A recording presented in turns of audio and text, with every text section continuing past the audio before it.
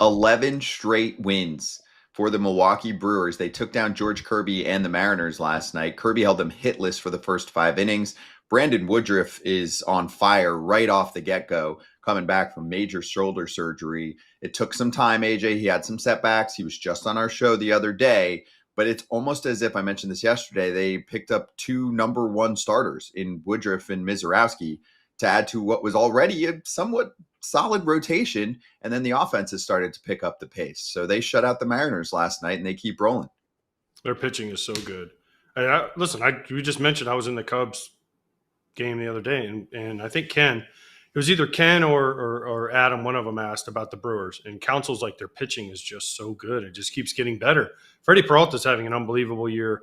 McGill's having a great year in the back end, and they just keep finding guys, and you bring back Woodruff and Misiorowski as he keeps going. This is a daunting task. Now, if they hit a little bit, they've gotten some of their guys going. You mentioned Ortiz has started to swing the bat. Yelly's been doing good. Contreras has kind of turned it around a little bit. So, I mean, this team looks good right now. And, I mean, they're not going to keep winning every single game. They're going to lose eventually. But here's my thing about the Milwaukee Brewers. Nobody saw them here. Nobody saw them here last year, except for maybe Kratzy. But the rest of the league better watch out. Because if you go into a series and you get Freddie P., Misiorowski, Woodruff with their bullpen in a short series especially, they're going to be tough to deal with. Excuse me, there is someone on our panel. He's an OG host who picked them to win the division. I say except Kratzy. Oh, you picked him? I picked them to win the division before the season started. Homer. You're a homer. No, it starts. Yeah, you're right, because I broadcasted in Milwaukee for so many Midwest games when I was doing the YouTube game of the week.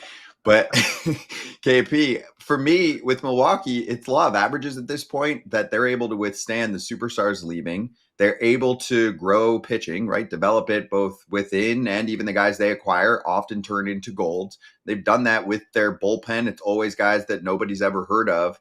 And then here comes, some young position players that they were able to develop. So the perfect mix is going on here right now. Pat Murphy plays the whole nobody knows us, we're average Joes kind of thing really well with them. What do you think of Milwaukee?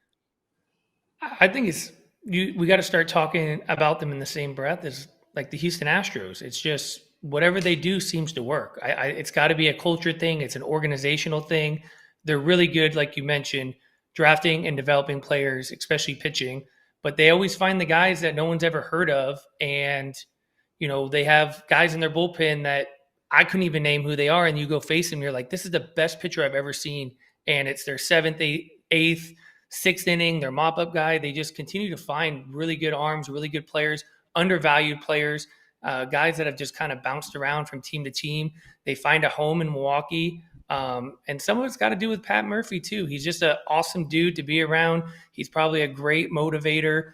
He probably keeps things light. And then you got some great leaders at the top in Yelly and Contreras. It seemed like a great place to play. Unbelievable stadium, great fan base. But they're obviously doing something right there.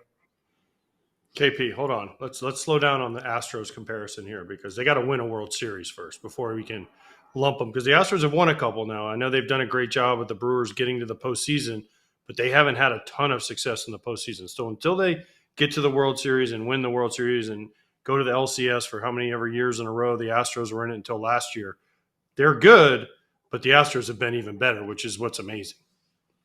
Yeah, I mean, I totally agree with you. I went a little far there with the comparison. No. The point I was trying to make is just the sum of the parts is always a greater. Kind of like the Astros. You're kind of always waiting for them. They have players leave, they have superstars leave, and then the next guy just comes in and fills the spot. They lose guys. It seems like every day in their starting rotation, and the next guy comes up and they're just as good. They're great, and they just never seem to miss a beat. That's kind of how the Brewers have been, at least over the last couple of years. But to your point, they do have to go out and go a little bit deeper in the playoffs to kind of be in the same, and obviously win it to be in the same breath as the Houston Astros.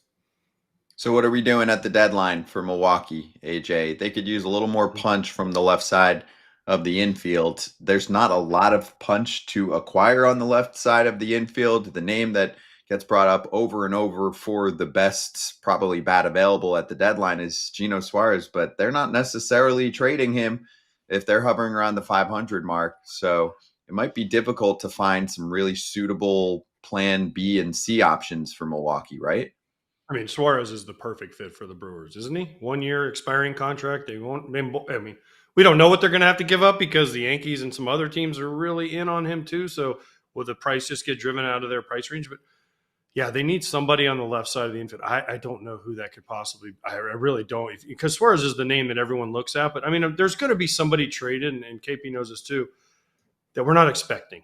There's gonna be a shortstop or a third baseman or somebody that's gonna get traded, and you're gonna be like, wait, no one saw that. Maybe Ken sees it coming, but us normal folk aren't gonna see that coming, right? So I don't know who that name is, but something's gonna go down, and it might be like the Brewers trade from a position of strength and maybe a bullpen piece or a starter to another team to get maybe someone that's under control that we haven't thought about. I don't know who that might be, but we'll see. But they need one more bat, at least for me, because I tell you what, there's a guy we haven't even talked about.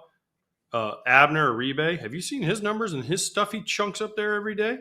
Are you kidding me with that stuff that he throws? Like, that dude is unbelievable this year. Check out his numbers if you haven't seen him in the stuff that he throws up there.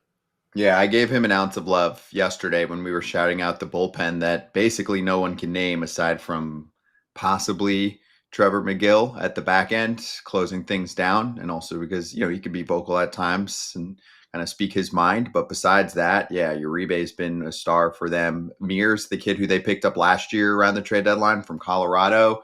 I mean, come on, most people probably saw that coming.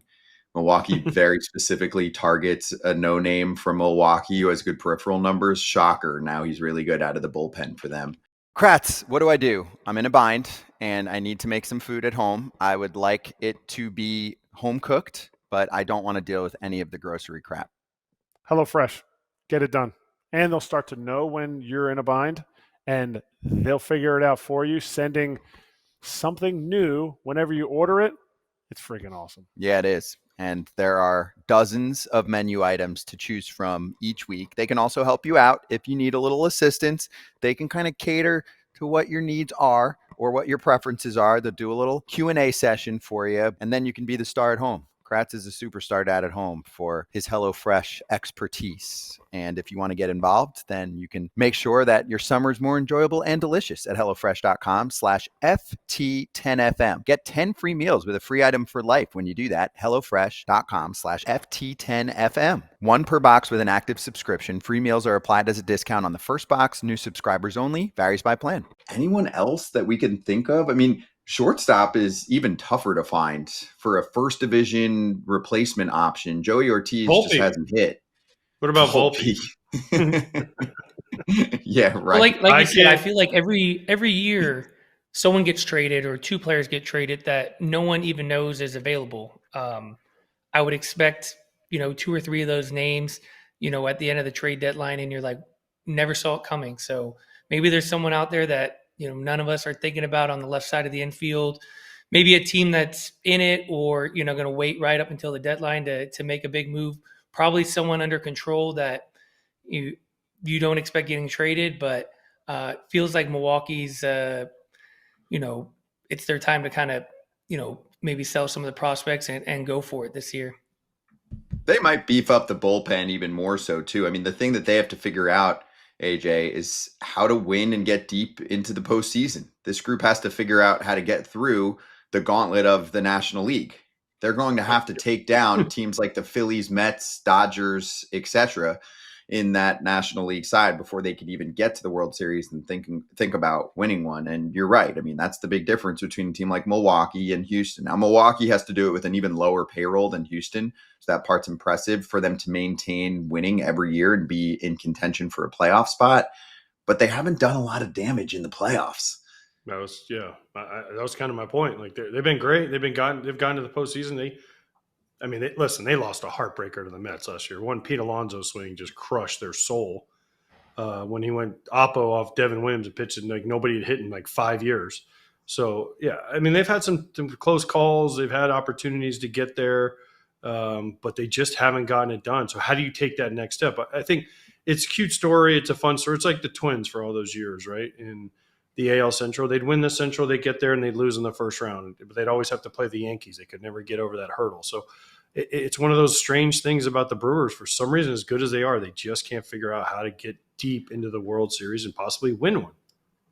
So I'll finish with this. Jim Bowden put out his intel from 30 teams around the league notes column in the past 24 hours. And he talked about how they're looking to improve the left side of the infield. So he said they're among the teams who could be in play for Suarez, like we mentioned. But he did at least provide other names that are interesting. I don't know if any of them are realistic. He said they could be in play for Ryan McMahon of the Rockies. Obviously, they have to let him go. That ownership group loves him.